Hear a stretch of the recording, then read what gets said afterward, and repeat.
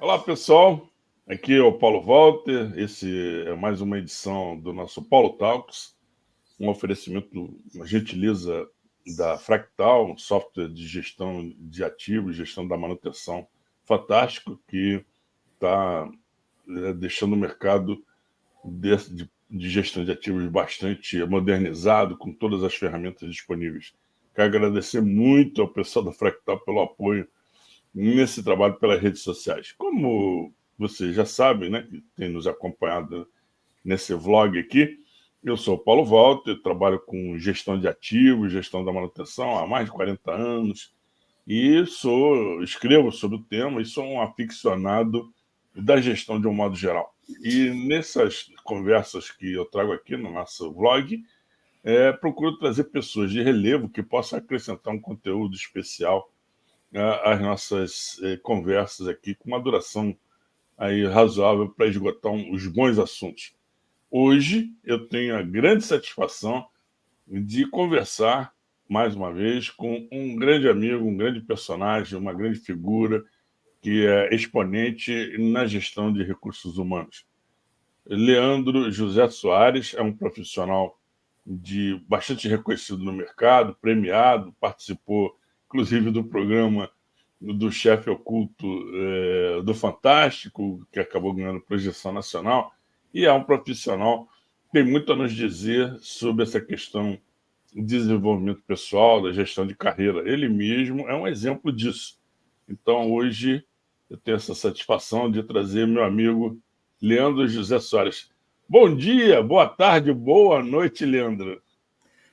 Olá, Paulo. Olá a todos aí os que te acompanham. Bom dia, boa tarde, boa noite, enfim, né?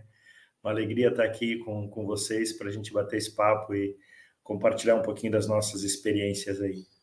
Excelente. Leandro, eu queria que você, embora você seja uma figura bastante pública, bastante reconhecida nesse âmbito do mundo dos recursos humanos, né? Aqui no sul do Brasil, você é um sujeito extremamente requisitado para palestras, para apresentações, é um grande motivador de carreiras, tem até um programa na CBN, né, em que você fala sobre gestão de recursos humanos. Eu queria que você se apresentasse e começasse falando um pouco sobre você mesmo e sua carreira. Legal, Paulo. Bom, então, eu sou o Leandro. Eu costumo dizer que eu sou um jovem há mais tempo, um eterno aprendiz. Estou com 52 anos já de vida. Espero ainda não ter chegado nem na metade da minha vida, porque eu acredito que ainda tem muita coisa para aprender e para fazer. Sou casado já há 26 anos com a Sol, e dessa união o Papai do Céu nos presenteou com 2 filhos lindos, a Alexia, que está com 26 anos, e o Theo, que agora, dia 24 de novembro, completa 21 aninhos. Na minha carreira profissional, já estou completando aí 35 anos de carreira, sempre trabalhei em grandes corporações, a maior parte do meu tempo em indústrias e empresas familiares. Comecei minha carreira na área da qualidade, fiz uma carreira maravilhosa na área da qualidade, fui inspetor de qualidade, inspetor de solda, auditor, depois fui trabalhar com sistemas de gestão da qualidade, segurança, saúde e meio ambiente, até que, meados de 2005, 2006, eu migrei para a área de recursos humanos, e desde então venho construindo, aí, aprendendo todos os dias um pouco nessa parte de cuidar das pessoas, né?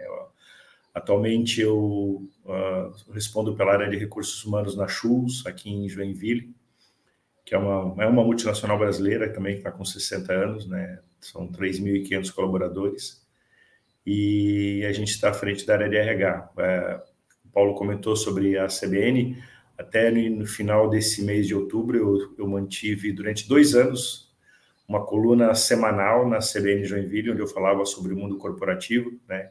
Max Gerger falava do mundo corporativo na CBN São Paulo, e eu tinha essa coluna aqui em Joinville. Mas por questões de trabalho, na correria, eu acabei deixando a coluna.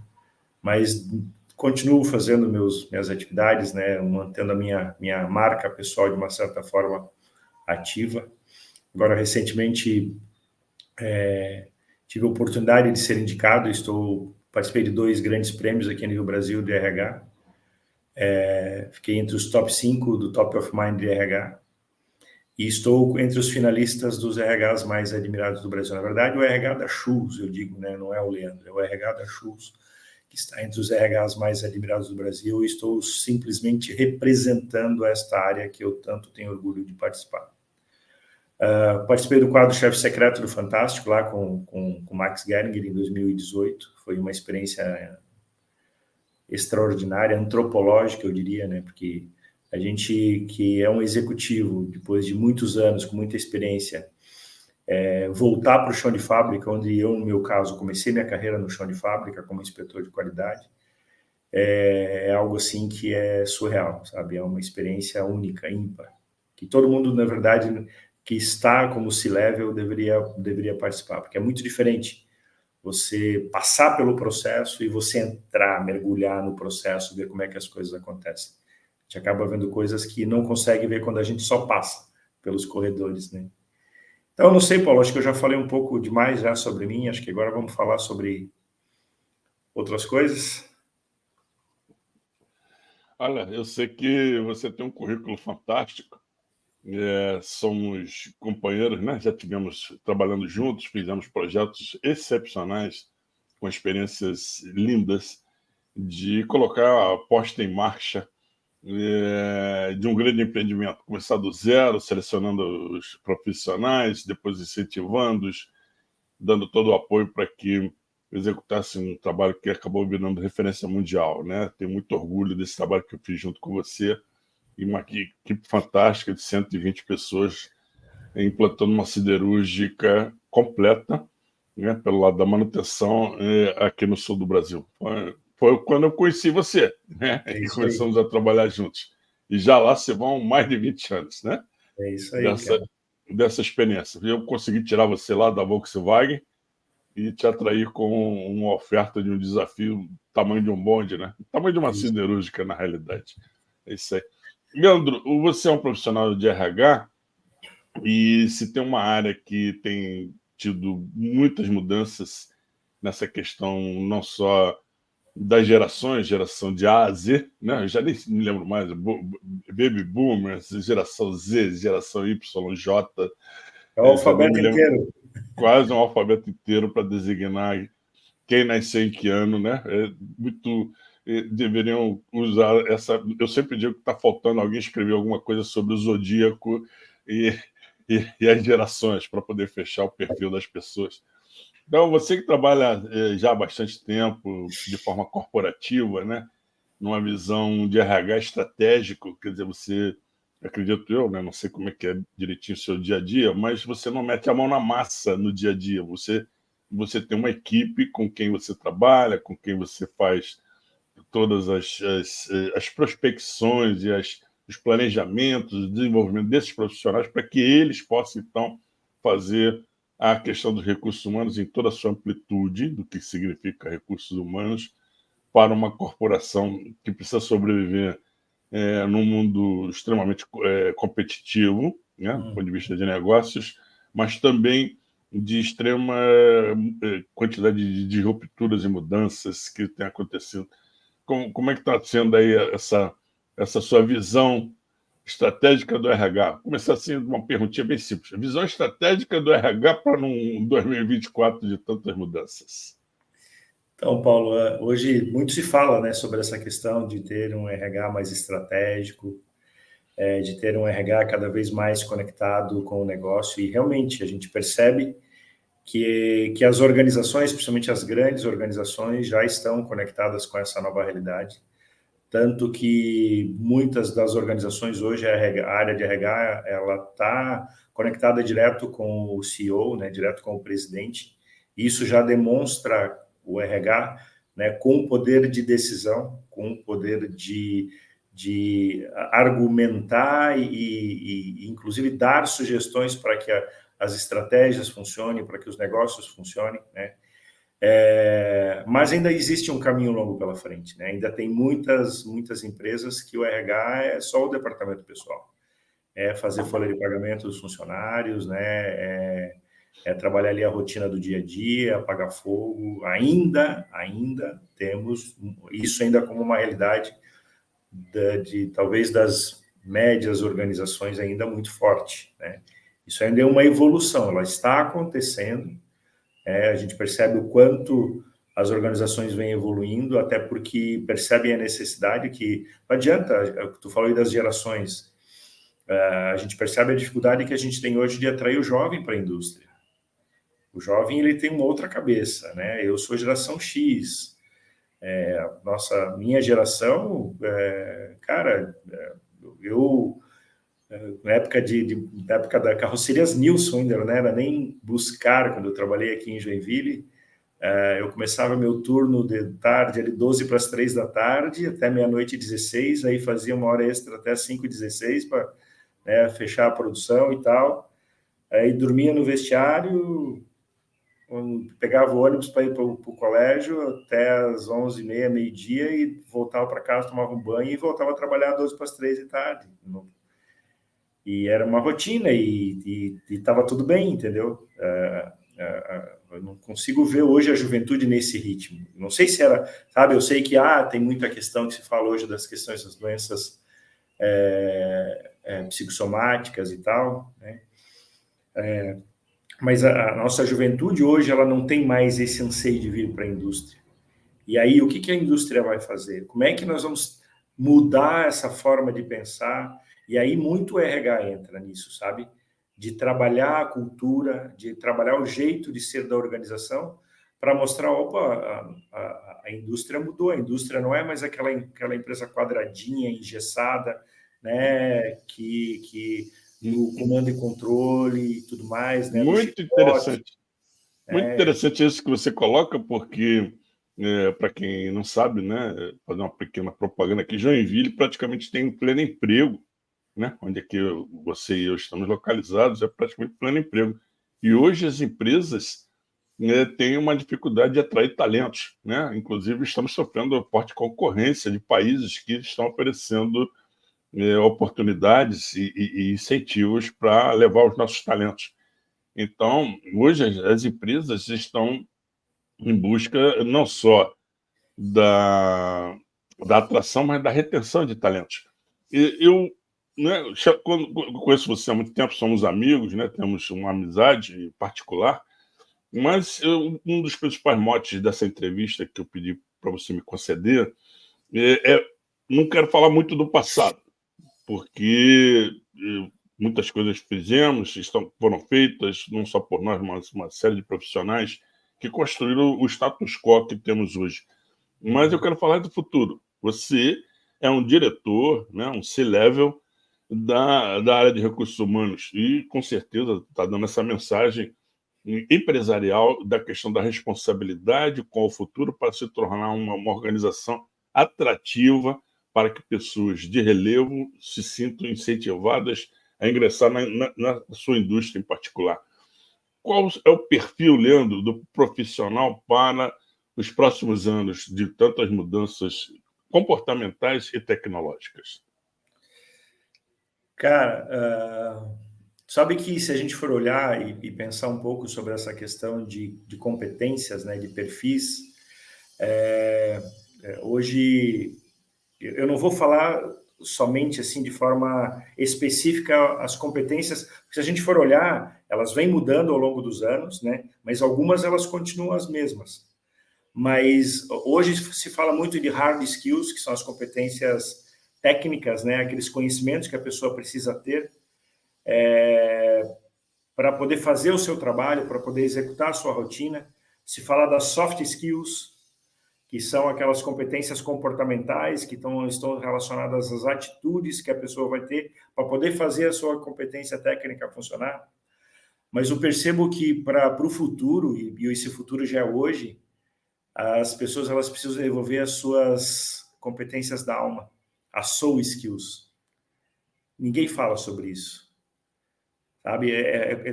Hoje a gente tem um binário, a gente tem que ter um tripé, que isso vai dar a sustentação. As pessoas sofrem emocionalmente hoje porque as suas competências emocionais elas não estão desenvolvidas. A gente desenvolve um monte de competência técnica, desenvolve um monte de competência comportamental e se frustra muitas vezes por não conseguir, porque as emoções não sustentam isso. Então, o profissional hoje ele precisa desenvolver a sua soul skill, suas competências da alma, aquelas competências que vêm dentro dele.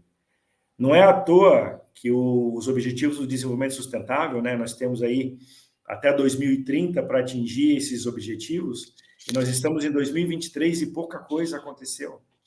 E aí o que se percebeu? Que estava faltando alguma coisa. Não adianta eu querer mudar o mundo, eu querer diminuir a pobreza, eu querer diminuir a desigualdade, se antes eu não olhar para mim.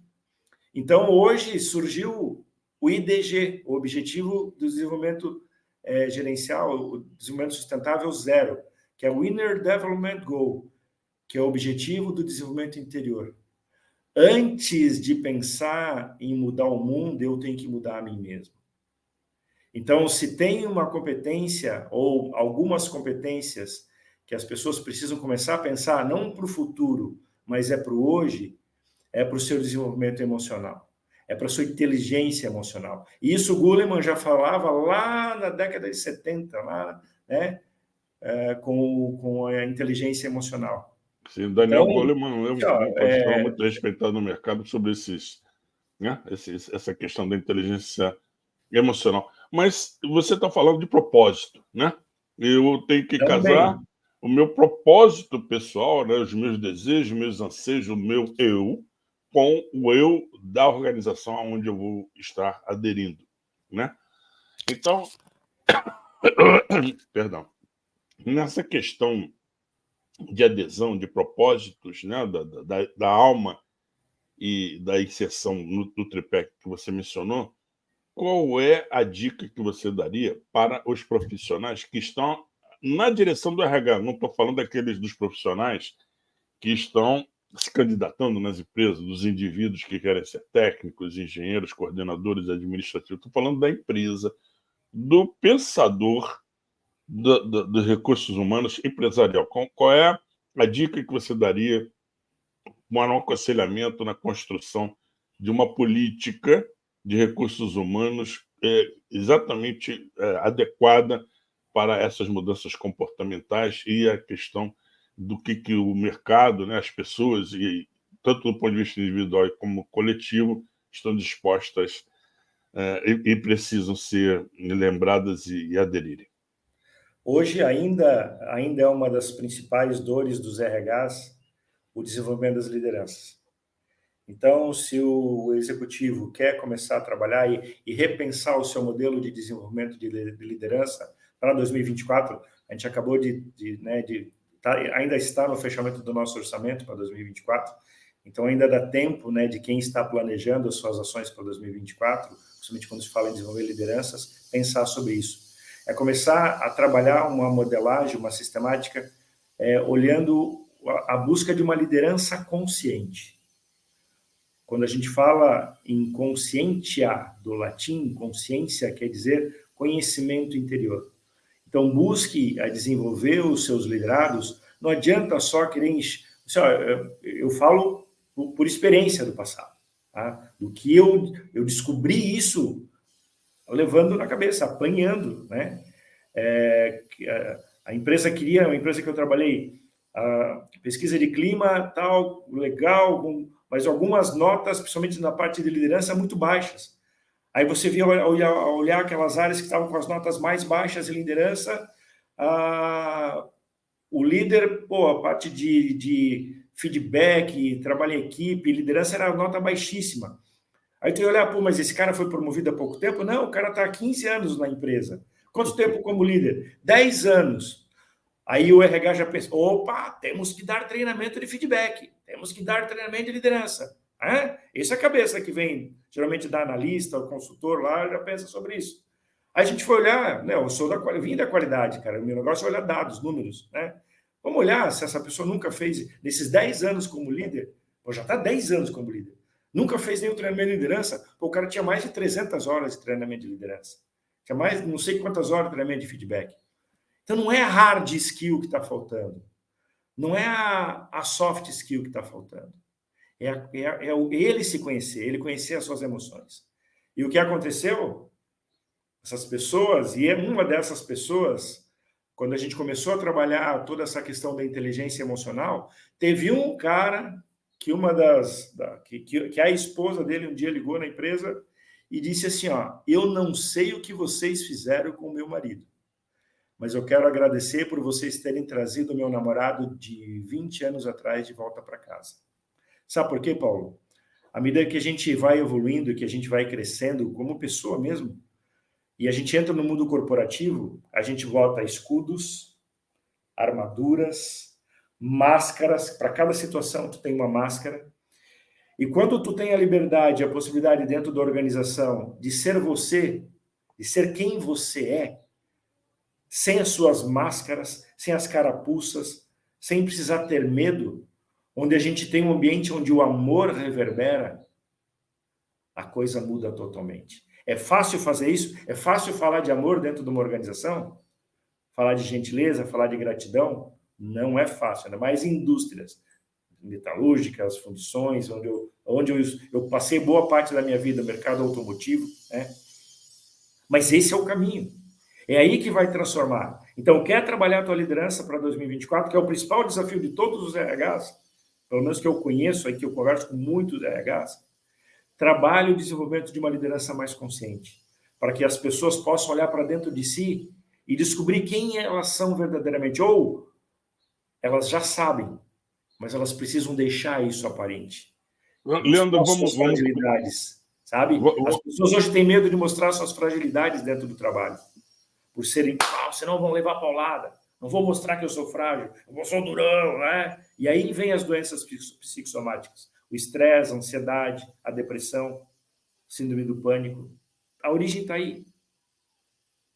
Mas eu gostaria de apimentar, fantástico, eu já sabia que a nossa conversa ia ter esse rumo, né? Aliás, grande parte da nossa audiência esperava ansiosamente uma participação aqui no Paulo Talks, falando especificamente de recursos humanos. A gente tem falado muito sobre indicadores de gestão, da manutenção, de gestão de ativos, a gente tem falado sobre segurança do trabalho, temos falado sobre inteligência artificial, especificamente, mas hoje estamos falando sobre pessoas, né? Isso é muito importante. E você é um cara que lida muito com isso. Leandro, para apimentar um pouco esse comentário que você está falando da questão individual, do reordenamento, né, pessoal, para ter essa busca da felicidade interna e externa à empresa, qual é a grande dificuldade quando a gente tem que trabalhar o indivíduo, mas precisa trabalhar também a equipe?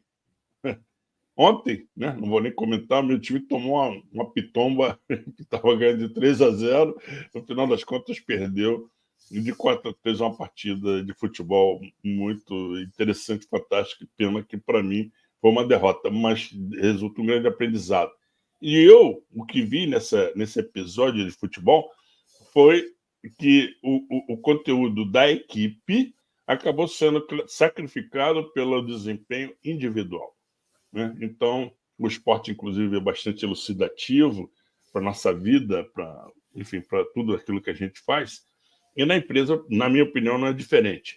Esse equilíbrio, ou o balanço, não sei se seria o equilíbrio a palavra certa, mas o balanço correto entre o indivíduo e o trabalho em equipe para atingir esse tripé que você mencionou. Como é que você vê isso aí?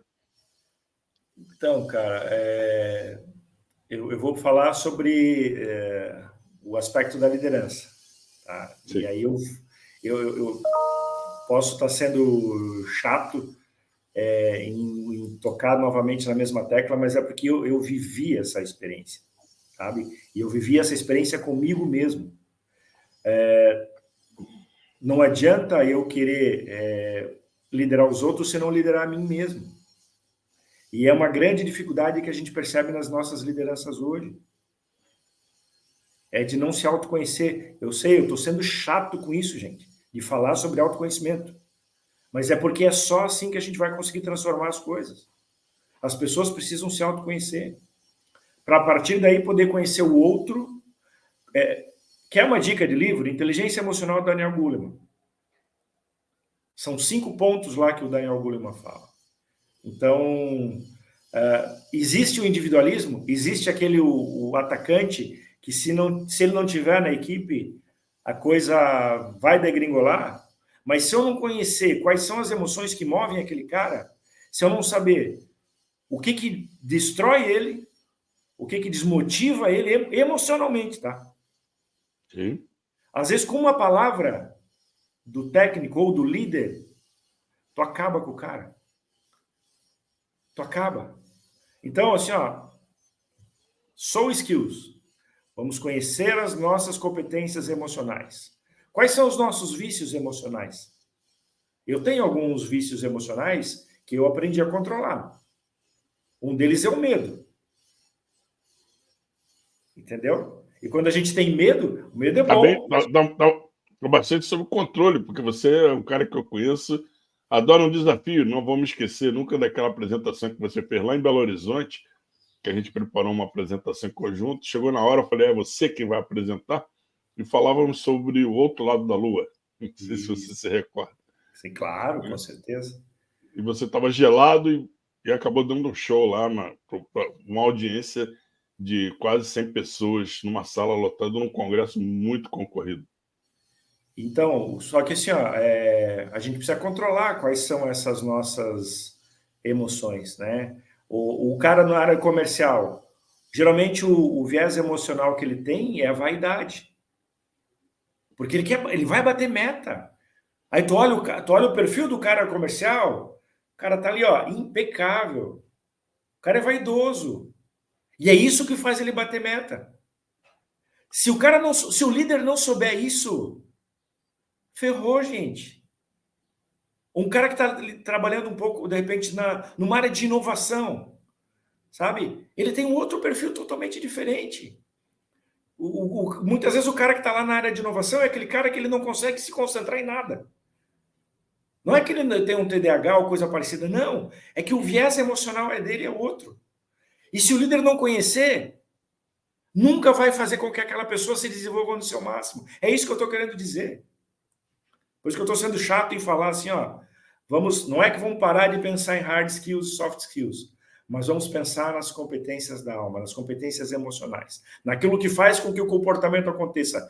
O comportamento só acontece depois que uma emoção é acionada. Então não adianta eu saber fazer, querer fazer, se a minha emoção não controlar aquilo. Entendeu? Então é isso, Paulo. Assim, ó, quer fazer o teu time trabalhar sozinho e juntos com o resultado? Conheça o que move aquele teu time. Qual é a emoção que move ele? E aí tu vai ter o resultado. Sim, concordo plenamente com você. Agora, saindo um E assim, pouco olha, dessa... eu quero... Desculpa te interromper, cara, mas eu tenho é uma causa que eu venho trabalhando há alguns anos. E eu ainda percebo e aí é uma provocação que eu vou fazer para os profissionais da manutenção. Que ainda existe um capacitismo muito grande quando a gente fala de inclusão de pessoas com deficiência. Eu sou um defensor desta causa há quase 10 anos já, né? Hoje eu me comunico com surdos. Eu falo Libras hoje, né? Mas a gente percebe que tem muita gente ainda que acredita que a pessoa com deficiência, né, entre aspas, eu diria que são as pessoas com eficiência, a gente tem que mudar esse termo, elas têm um potencial enorme, desde que a gente coloque ela para fazer a coisa certa. Assim como eu tenho as minhas limitações. Cada um aqui tem as suas limitações, entendeu? Então, vamos repensar a forma de olhar a pessoa com deficiência, principalmente na área de manutenção, que a gente vê que ainda existe um preconceito muito grande de colocar pessoas com algum tipo de deficiência dentro da área da manutenção, tá? Só, desculpa atrapalhar. Não, isso é perfeito, porque eu tenho sido um propagador desse tipo de inclusão, né? E até de uma questão mais simples, por exemplo, o mundo da manutenção, né, manutenção de ativos físicos, ela sempre foi uma atividade considerada bruta, né? Portanto, não se coadunava, não se aplicava a mulheres. E há poucos anos atrás, você sabe que eu sou um apologista de dados e fatos para tomada de decisão, né? Então, eu tenho lá meus trabalhos na área de indicadores de gestão, já lá se vão 20 e tantos anos trabalhando nisso aí. E a participação das mulheres na manutenção, ela está alcançando na faixa de 7%. Quando eu comecei a pesquisa sobre profissionais de manutenção, as mulheres não chegavam a 2% do público executante, planejador, enfim, gestor de manutenção. E hoje já estamos chegando, ultrapassando a marca dos 7% de profissionais mulheres trabalhando na manutenção, não só em coordenação, gestão, mas também planejamento, mulheres trabalhando como eletricistas, soldadoras, mecânicas de refrigeração, mandando ver e deixando acontecer sua grande contribuição. Daí para passar para os PCDs, né, como você está falando, é uma outra etapa que precisamos vencer dessa questão do preconceito, ou seja, sabemos que para determinadas atividades é fundamental ter condições físicas e mentais, mas antes de dizer não, é preciso pelo menos olhar o assunto e fazer um pensamento ao redor, né? O porquê não? Por que não? Né? Em vez de ser porque não, né? O porquê não? Vamos pensar em torno do assunto. Mas falando sobre essa sua resiliência aí, e propugnador de assuntos, eu já assisti algumas de suas palestras, e você é o chamado Cavaleiro da Esperança de melhores recursos humanos, e precisamos de batalhadores como você. A minha questão é, até quanto, né, você inclusive mencionou que tem trabalhado bastante tempo no mais diversos tipos de indústrias, você trabalhou durante muitos anos em indústria multinacional, com contatos com o pessoal na França, na Bélgica e outros países, e agora está um pouco mais dedicado à indústria em empresas familiares. Como é que a gente vê essa diferença entre tratamentos de empresas cuja sede está tão distante com aquele que o dono, o proprietário, está mais próximo das operações, do ponto de vista de RH? Olha, cara, do ponto de vista de RH, o que é importante, nesse caso eu vou lembrar do que eu já vivi também, o que eu vivo hoje. Nós, pegando aqui hoje da empresa onde eu trabalho, a gente também tem operações na China e nos Estados Unidos, né? E a gente percebe que muitas vezes essas pessoas elas acabam ficando desconectadas de uma certa forma da cultura, que na verdade se criam subculturas, né? O que o RH precisa estar é ciente disso, entender vamos pegar um exemplo de uma multinacional que tem a matriz fora e tem uma filial aqui no Brasil. Às vezes não. Geralmente a cultura que está lá fora é diferente da cultura daqui, porque a cultura vou pegar um exemplo europeu, onde a gente trabalhou há muito tempo, é totalmente diferente da cultura do brasileiro. A gente muitas vezes consegue levar um pouco daquilo que a gente faz aqui para lá. Muito. Porque é mais fácil. Agora, trazer muitas vezes de lá para cá já é mais complicado. E aí tem que chegar nesse meio termo, tem que entender isso. A não ser que a coisa venha de cima para baixo, né? Vem uma diretriz, e não, vai ter que ser... Os ritos serão esses. Os símbolos que a gente vai ter que seguir são esses. As metodologias, as políticas são essas. A gente não vai poder tropicalizar, como a gente diz, né? Mas o ideal é que a gente possa fazer a cultura da empresa do jeito que ela tem aqui, entendeu? Não adianta. Joinville é uma cidade totalmente diferente de Curitiba. E Curitiba é totalmente diferente de São Paulo. A gente percebe muito a realidade de profissionais que muitas vezes a gente traz de fora. Aqui, no nosso Brasil é um continente, né? A gente traz, às vezes, pessoas para trabalhar de outra empresa, dentro da nossa empresa, que vem de uma realidade totalmente diferente e muitas vezes não se adapta. Entendeu? E aí o RH tem que estar atento para isso. O que eu vou fazer? Aí olhar, qual é o perfil que eu quero para esse cara aqui dentro? Aí entender o fit cultural, né? O fit cultural dessa pessoa. Bateu aqui o vaneirão da saudade. Eu me lembro que você foi fundamental no meu projeto lá, naquele trabalho de implantação, em que a gente constituiu uma equipe exatamente nessa linha. Trouxemos gente de Minas Gerais, de São Paulo, do Rio de Janeiro, daqui de Santa Catarina, para constituir um time vencedor, um fantástico time que nós formamos, e com diferentes culturas, e fazer daqueles profissionais um time vencedor. Criar um elan pessoal, né? Um elan de grupo que fez com que todo mundo vestisse a camisa. Outro dia eu vi você lá com o agasalho que a gente comprou na época, com os nomes das empresas, né? O orgulho de ser, de estar e ter feito aquilo ali. Muito importante isso. Aliás, projetos Greenfield são uma oportunidade que pingam na nossa vida, não toda hora que aparece, né, Leandro? E aí, Paulo, tu fez eu lembrar, né, que na verdade, nessa época, eu nem RH cuidava do sistema de gestão integrado, qualidade, segurança, saúde e meio ambiente, né? Mas a parte de treinamento, a gente ajudava um pouco de tudo, um pouco no marketing, um pouco no treinamento, né? E o que a gente fez ali, de uma certa forma, até meio que intuitivamente, sei lá, como a gente conversava, era uma equipe muito entrosada, a gente construiu uma cultura pegando um pouco de bom que cada um trouxe. Entendeu? E ali se criou uma cultura totalmente diferente. As pessoas se sentiam... O cara chegava de manhã sorrindo para trabalhar e ia embora sorrindo. Essa era a grande situação. Eu nunca vou esquecer um evento a gente fazia as nossas reuniões de bom dia, né?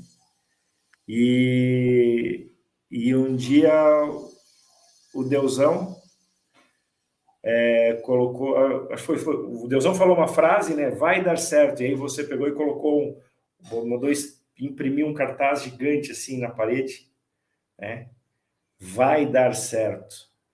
Aquilo ali mostrava a hashtag antes dela ser criada. Isso aí, cara, sabe? Mas aquilo ali, ó, era a liderança mostrando a convicção que tinha que aquilo ali seria um sucesso, e foi um sucesso. Entendeu? Então, quando a gente quer criar uma cultura, mesmo com diversas... E as empresas hoje, cada vez mais se fala em diversidade e inclusão. Sim. Não tem como falar em inovação sem diversidade e inclusão. E aí, como administrar essas questões? Né? Como administrar a questão das gerações que tu falou lá no início? Né? Olhando o que cada um tem de melhor para construir essa cultura que se quer. Ou muita gente fala em transformar a cultura. Hoje eu falo que a gente precisa muitas vezes só fazer uma evolução da cultura. Porque às vezes a cultura da empresa, não existe cultura boa ou ruim, existe a cultura da empresa. O que a gente precisa fazer com que essa cultura evolua. Para que eu quero chegar num resultado, como é que o meu jeito de ser vai ter que ser para eu conseguir atingir aquele resultado? Não é à toa que um carinha lá, algumas décadas atrás, usou uma frase, né, um tal de Peter Drucker, que é a cultura como estratégia no café da manhã. Eu ouso completar a frase dele dizendo que a cultura como estratégia no café da manhã, a tecnologia e os processos no almoço e todo o restante no jantar. Porque é fato, entendeu? Então, quando a gente tem várias empresas em locais diferentes, a gente precisa entender essa cultura.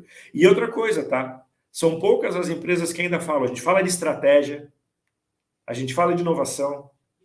E qual é a empresa que fala de cultura no seu dia a dia?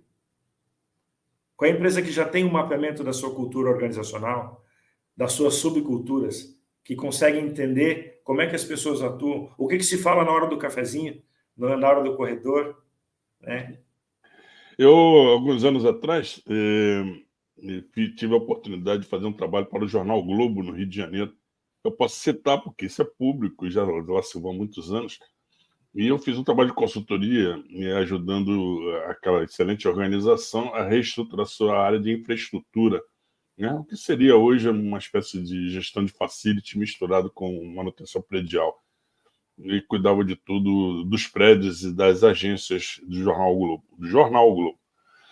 E eu assisti algumas palestras de alguns profissionais da área de comunicação do Globo, e eu sempre digo, olha, ganhei muito dinheiro, um bom dinheiro sendo oferecendo serviço de consultoria, mas o que eu aprendi lá dentro daquela organização foi uma coisa fantástica de como você trabalhar com as pessoas, né, que são os carregadores de piano, mas não deixar de ter os seus solistas, né, fazendo as coisas acontecerem. Então, desse ponto, Leandro, quero puxar para você, nós estamos chegando aqui quase ao final da nosso bate-papo, uma pena que poderia se estender e vamos voltar a ter outras oportunidades assim, espero. Quero que você me diga, né, aquela questão que todo mundo quer saber. Você pilota uma área de RH que é referência aqui na região e, inclusive, resultou nessas menções, esses prêmios, essas considerações que você tem como ex-colunista da CBN, como palestrante muito requisitado, como você mesmo disse, em função daquilo que você exercita na empresa onde você entrega seu esforço diário. Diga para a gente, como é que está, na área de recursos humanos, o uso da inteligência artificial? Vamos revelar aquele pequeno segredinho de quem está na frente dos demais e hoje é referência. Fala aí. Então, cara, a gente estamos aprendendo, né? A gente está aprendendo ainda a utilizar. A gente acabou de fazer a nossa pesquisa de clima, né?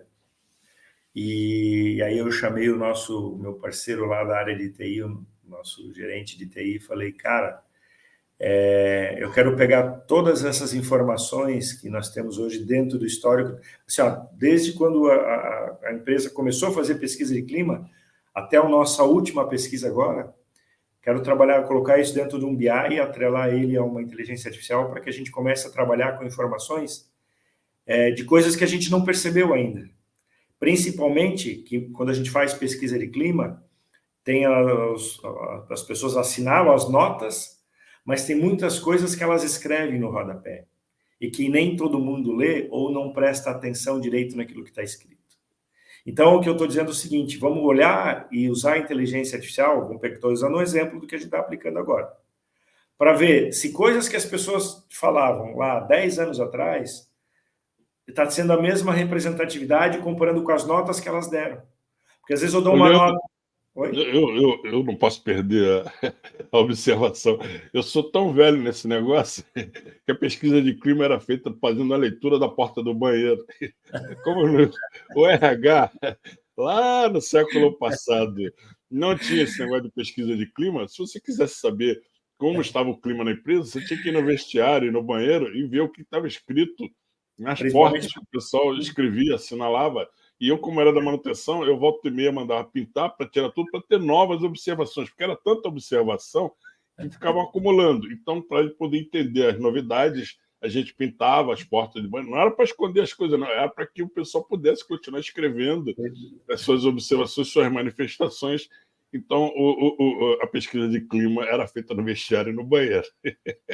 Mas diga aí, amigo, continuando. Então, você falou com o pessoal de TI e já tem o resultado disso? Não, a gente está desenvolvendo agora, a gente acabou de receber os resultados, e aí agora a gente o nosso time lá interno está trabalhando de um modo que a gente consiga extrair a melhor quantidade de informações possíveis e que os gestores tenham isso dentro do seu BI lá para poder trabalhar a evolução da sua área. Mas a gente tem usado o ChatGPT como uma ferramenta também, tem nos auxiliado bastante nas atualizações e descrições de cargo, querendo ou não, ajuda muito, e a gente está descobrindo, sabe? Ainda estamos aprendendo o potencial que a inteligência artificial pode trazer para nós na área de recursos humanos, na área de desenvolvimento, sabe? De construção de conteúdos de acordo com as necessidades, os gaps de competência que as pessoas têm, olhando assim, ó, se a gente olhar o histórico das notas que as pessoas têm em determinados testes que a gente faz dentro da nossa escola de capacitação, sabe? A inteligência artificial pode nos ajudar a predizer ou nos estruturar conteúdos mais assertivos para aquelas deficiências que as pessoas estão tendo, atrelando isso a deficiências que a gente tem dentro da área de manutenção. Entendeu? Quais são as principais falhas que acontecem e como é que a gente pode trazer isso para estruturar uma capacitação, um treinamento, um desenvolvimento, uma avaliação de desempenho focada naquele plano lá que está sendo mal executado. Sei lá, tem inúmeras potencialidades ainda, Paulo, sabe? A gente está descobrindo isso ainda. Isso. Eu, voltando à minha questão, né, dos indicadores, né? Você estava fazendo uma palestra, um mini curso de gestão, da manutenção para um grupo industrial com várias unidades, o pessoal fazendo esse curso comigo via internet, e tinha gente praticamente do Brasil inteiro, né? Uma indústria alimentícia de grande porte, e eu perguntei quais eram os principais indicadores. O pessoal levantou o braço e foi falando: MTTR, tempo médio de reparo, tempo médio entre falhas, aqueles indicadores que habitam, que pululam no dia a dia dos profissionais de manutenção. Aí eu perguntei: mas vem cá, eu vi aí que vocês estão com problema de implantação de alguns pilares do TPM, né, manutenção produtiva total, e a reclamação é que treina o pessoal e o negócio não vai para frente, num pilar básico que é a manutenção preventiva feita pelos operadores. E aí perguntei, coloquei a questão: quais são os principais motivos disso não ir para frente? Aí houve um debate bastante interessante, até que eu intervi e disse assim: vem cá, quem é de vocês que sabe qual é a taxa de turnover da equipe de manutenção comparada com o benchmark de mercado e comparado com a empresa como um todo? Para a gente ver, né, se essa questão da retenção de pessoal na manutenção é diferente do restante da empresa, na operação, que é onde estão os profissionais que precisam ser atingidos pelo programa do TPM. E a resposta foi avassaladora. Com um turnover de 20%, significa que, por ano, né? Significa que você, a cada 5 anos, você tem que treinar todo mundo de novo, porque todo mundo foi embora. Se 20% vai embora todo ano, você treina, o cara recebe treinamento e vai embora. Qual era o tempo de permanência na empresa? 3,2 anos. 3,2 anos não é suficiente para você implantar um programa de TPM, né? Porque é um programa de mudança cultural. Então, a inteligência artificial já começa a ser utilizada também para cruzar todas essas informações que você está falando. O que tem a ver uma taxa de quase acidente, uma taxa de acidente com afastamento, com os resultados da manutenção? E isso com o clima, né? Então, mesmo. O RH é fundamental. Nós estamos falando de pessoas. A quantidade de hora extra realizada. Exatamente. Né? Então, se você quer medir o seu planejamento, seu backlog, né, de gestão de ativos, se o dimensionamento da equipe está correto, e quando você tem um índice de absenteísmo nas alturas. Né? Sim. Então, a inteligência artificial nos ajuda já nessa seara. Eu já tenho, inclusive, começado alguns trabalhos nesse sentido. Leandro, estamos chegando aqui ao final dessa conversa, né? Nosso compromisso de ter uma conversação assim, mais ou menos em torno de 1 hora, 45 minutos, entre 45 minutos e 1 hora. Gostaria, espero estender essa conversa com você para outras situações, mas a pergunta que não quer calar, que eu trago para você, do nosso público, que chegam muitos questionamentos para a gente, eu estou me preparando para uma vida longa, né? A taxa de mortalidade está caindo, graças a Deus. A curva de profissionais, de pessoas com idade mais avançada, está crescendo. Então, significa que a vida profissional também se estende, né? Quando eu comecei lá atrás, no século passado, uma pessoa com 55, 60 anos era considerada sênior e já aposentada, uma pessoa respeitável, velhinho e tal. Hoje, eu tenho exemplo de um profissional que eu admiro muito, que é o professor Lorival Tavares, que você conheceu, né, que é um dos grandes próceres da gestão de ativos no Brasil e no mundo.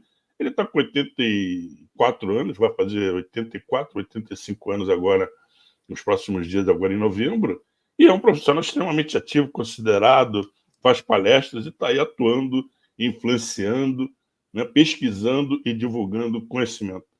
Como é que a gente faz pensando numa carreira? Hoje é possível, nos recursos humanos, se pensar em projetos de 5, 10, 15, 20, 40 anos? Olha, Paulo, acho que não tem como fugir disso, entendeu? Não tem como fugir disso. Temos que pensar. É fácil? Não é fácil. Tá? E a gente tem que começar a pensar também e trabalhar, porque se criou no passado um estigma, uma modelagem de que as pessoas deveriam ficar 2, 3 anos numa mesma empresa. E, porque senão tu queima teu currículo. Bobagem, gente. Bobagem. Eu fiquei 11 anos numa empresa, 14 anos noutra. O que a gente não pode é ficar parado no mesmo lugar. A gente pode criar uma carreira e deve criar uma carreira cada vez mais longeva, entendeu? E pode ser na mesma empresa também. Hoje, quando a gente olha os programas de sucessão das organizações, muitas delas colocam uma trava para que o profissional permaneça na empresa. Até alguns anos atrás era 60 anos. Aí já mudou para 65. Agora a gente já está vendo... Aposentadoria chamada expulsória. Isso mesmo, expulsória. Agora já está se falando em 70 anos. Entendeu? E vai subir cada vez mais essa régua, porque a expectativa de vida está aumentando cada vez mais, né? Então, tem que se pensar nisso. E o RH tem um papel fundamental de olhar para isso, para esse futuro. E preparar, inclusive, essas gerações futuras, né? Então, enfim. Eu entendo que estamos vivendo... Eu não vou usar a palavra sofrendo, porque sofrendo significa que você está passando mal, não é? Nós estamos vivenciando mudanças fantásticas, né? Essa pandemia que assolou a todos nós aí muito recentemente deixou marcas indeléveis na alma, né? E na memória de todos os que sobreviveram a essa coisa terrível chamada pandemia. Isso trouxe mudanças comportamentais, trouxe mudanças de expectativas de vida, né? Os índices de utilização de pessoal comparecendo em festivais, em férias, em cruzeiros, enfim, é como se a pessoa tivesse passado 2, 3 anos acumulando aquela pressão por não poder ter uma vida normal, e agora vamos viver porque a vida é efêmera e a qualquer instante a coisa pode terminar. Mas pode ser que amanhã tenha muito mais, e a gente tem que estar preparado para isso, né? Fantástica a nossa conversa. Leandro, para encerrar, né, qual é a sua mensagem? Meu público aqui é eminentemente pessoal de gestão de ativos, né? Gestão de manutenção, pessoal que usa softwares para acumulação de dados e fatos para tomada de decisão. Mas o assunto RH é fundamental, porque, por melhor que seja o software, por melhor que sejam as ferramentas utilizadas no dia a dia na manutenção, por menor que sejam os treinamentos entregues às pessoas, se as pessoas não forem habilitadas do ponto de vista, inclusive usando o que você falou, da questão da alma, do propósito, da absorção, do bem-fazer, o negócio não vai ter sucesso. Então, o RH, para mim, é o que vem em primeiro lugar, né? Em termos de formação das pessoas. Foi assim que a gente trabalhou junto, lá naquele projeto do início desse século, com tanto sucesso, virou um case internacional. Exatamente, a gente cuidou das pessoas antes de cuidar de todo o resto. Qual é a mensagem de um profissional, Leandro, para profissionais que trabalham, né, na área de RH, nesse segmento especificamente, não da manutenção, como é o meu caso? Eu tenho uma frase que é do Carl Jung, que é mais ou menos assim, né? Você pode ter vários títulos, vários cargos, várias posições, mas quando encontrar uma alma humana, trate-a como uma alma humana. Então, a gente precisa continuar evoluindo, elevando o nosso nível de consciência cada vez mais. Quando a gente fala em elevar o nosso nível de consciência, é nos desapegar um pouco do nosso ego, de deixar de pensar um pouco no ter e pensar um pouco mais no ser, de deixar um pouco mais o eu e começar a olhar mais o nós. Nosso papel como RH é de servir. Nós precisamos servir ao outro. E o outro, consecutivamente, vai acabar nos servindo também. Então, essa é a dica que eu deixo para a gente fechar nosso bate-papo aqui. Busque aprender sempre, seja um eterno aprendiz, questione, argumente, mas trate gente como gente. Tem muita empresa ainda que olha que pessoas são o seu principal ativo. Pessoa é pessoa. Ativo é ativo. Isso aí. Muito obrigado, Leandro. Fantástica aí a sua participação, sua entrevista. Eu ansiava bastante de ter você aqui comigo. Finalmente consegui um buraquinho na sua agenda para você dedicar essa horinha de conversa com a gente. Espero ter a oportunidade de conversarmos sobre outros assuntos, né? Essa questão das mudanças das ferramentas, da questão do comportamental. É uma pauta que nunca mais vai ser apagada do dia a dia dos profissionais de qualquer área, manutenção, logística, vendas, né, marketing, tudo que as mudanças que vieram para ficar, né? Mudança todo dia e com recursos humanos não é diferente. É isso aí, meu amigo. Um grande abraço e até a próxima. Até a próxima. Saúde, paz e muita luz, gente. Que Deus abençoe. Isso aí. Bom, pessoal, esse foi mais um Paulo Talks.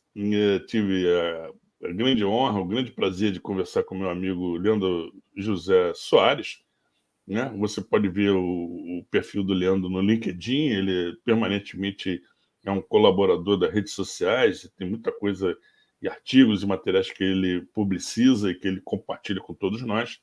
Dá uma olhadinha lá, porque o Leandro pode ser, os materiais que ele nos aporta, pode ser muito interessante para alguma coisa, alguma situação real que você esteja vivenciando na sua carreira, na sua vida pessoal ou mesmo na sua empresa.